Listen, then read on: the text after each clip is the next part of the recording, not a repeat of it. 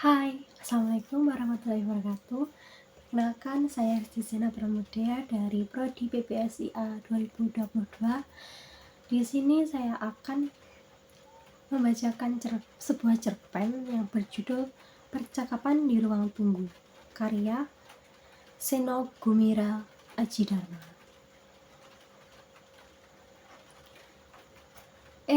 Ceng, Sakince, apa kabar? Sakit gigi ya? Enggak. Mau reparasi gigi palsu? Enggak enak dipakainya. Mengsela-mengsle kesana kesini. Gimana kabarnya Bu Lagi Dri? Ibu yang rumahnya sederetan itu kemana sih? Dia kan juga bikin gigi di sini. Belum jadi giginya kok terus hilang. Ibu Plekisit, loh kan sudah meninggal. Masa nggak denger? Meninggal? Innalillahi. Sakit apa? Pantes nggak pernah ketemu waktu jalan pagi. Belum denger ya? Kejadiannya kan begini. Masing-masing bertanya apa kabar dan masing-masing tidak perlu jawaban. Ini memang klinik di dalam kompleks perumahan. Dokternya warga kompleks. Pasien-pasiennya juga warga kompleks. Bagi manusia lanjut usia yang sudah tidak bekerja dan hampir setiap hari bisa ketemu. Kejadian ada pula dalam hidup mereka yang kurang menarik itu perlu dikabarkan. Namun inilah kejadian yang kemudian kudengar ketika terpuruk di kursi plastik dengan kepala berdentam-dentam. Jadi Ibu Plekisit itu kalau ketemu ceritanya kan kadang-kadang tidak bisa dipercaya. Tidak bisa dipercaya bagaimana? Ya sulitlah dipercaya gitu loh, Jeng. Masa dia bilang kepalanya suka dipukuli sama anak perempuannya? Masya Allah, kepalanya dipukuli? Pakai apa? Pakai alat masak katanya. Sotel kali ya?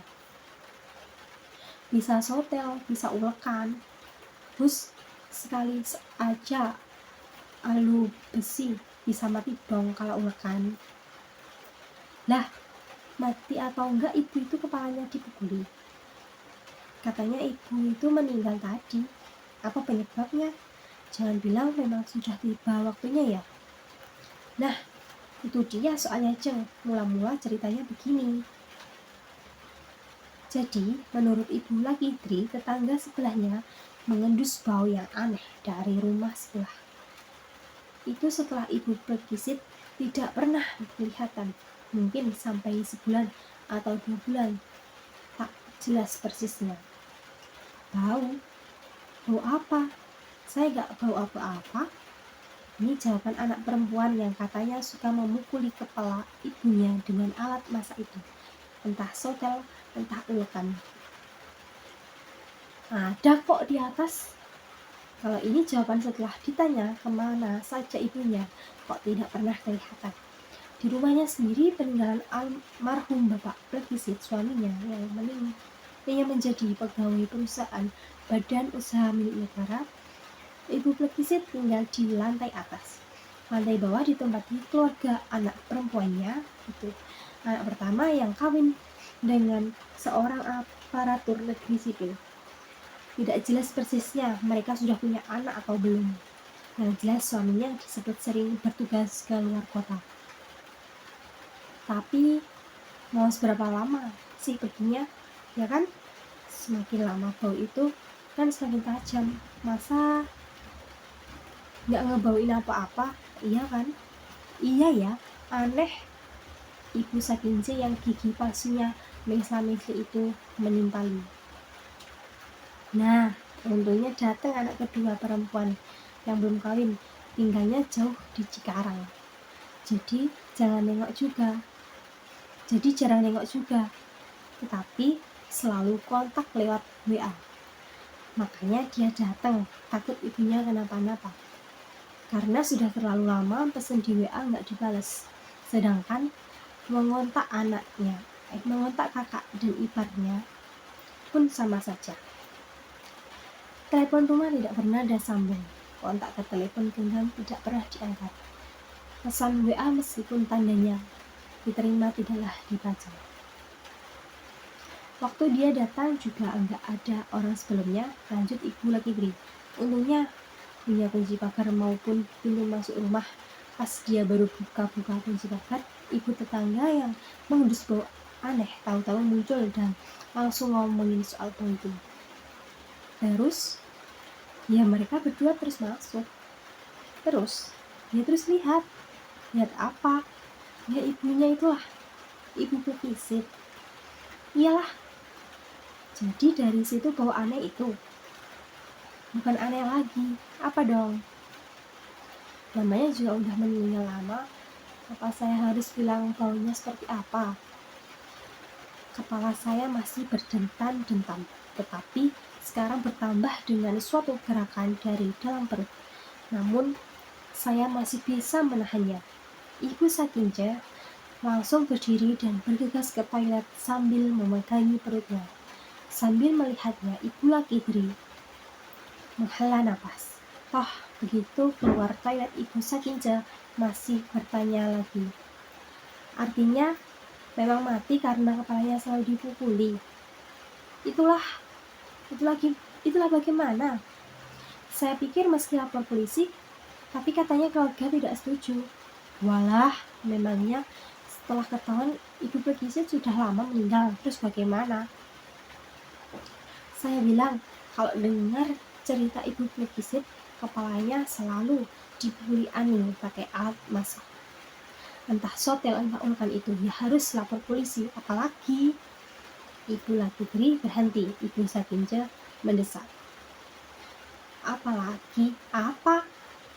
Selain bercerita, kepalanya sering dipukuli, Ibu Pekisit juga bercerita kalau Ani, anak perempuannya yang serumah itu, selalu mendesak-desak agar warisannya segera dibagi.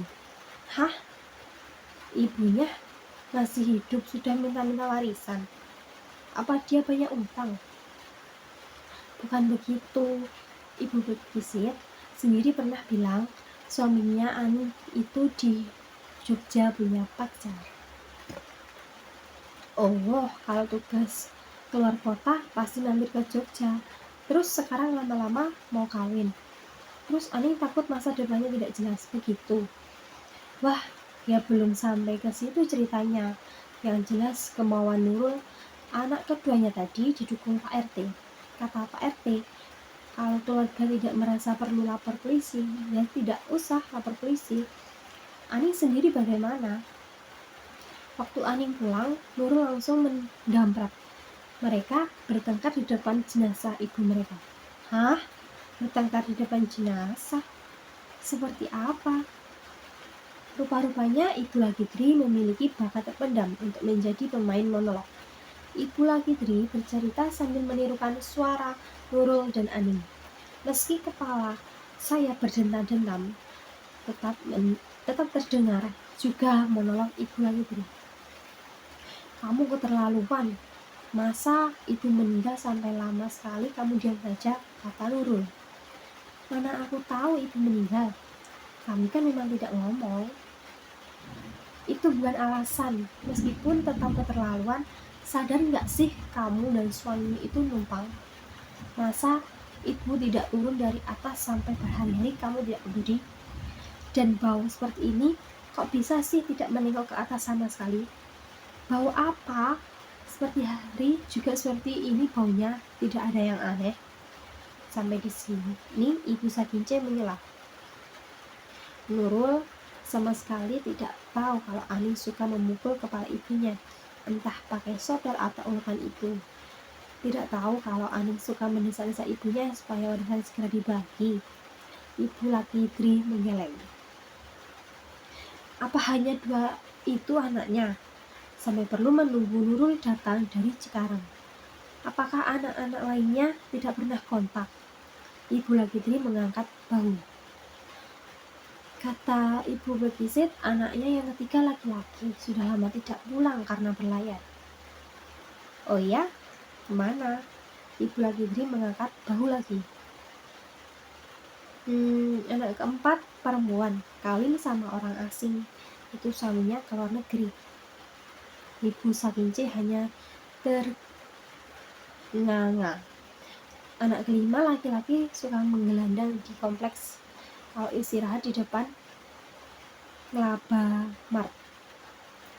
Oh, yang itu, yang gila, yang selalu ngomong sendiri itu. Kok bisa begitu sih?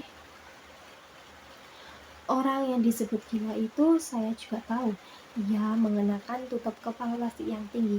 Busananya seperti rancangan Rei Kawakubo yang tidak pernah dicuci.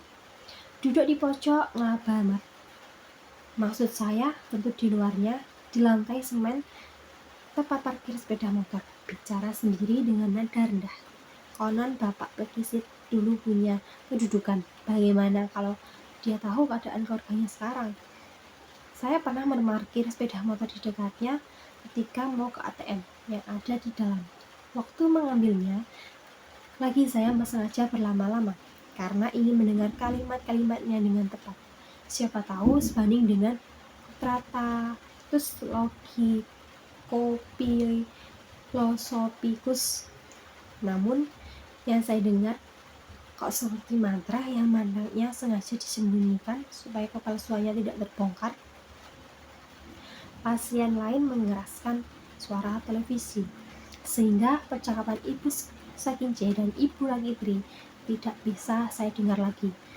Agaknya pasien ini penasaran untuk mengikuti suatu berita kriminal yang pembunuhnya belum tertangkap. Memang belum tentu Ibu Blekisit meninggal karena dibunuh. Yang saya ingat justru kehidupannya. Entah kenapa kepala saya semakin keras berdentam-dentam.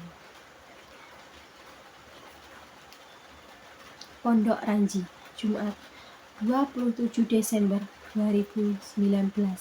Seno Gumiro Ajidormo. Baik, terima kasih. Itulah tadi pembacaan cerpen saya.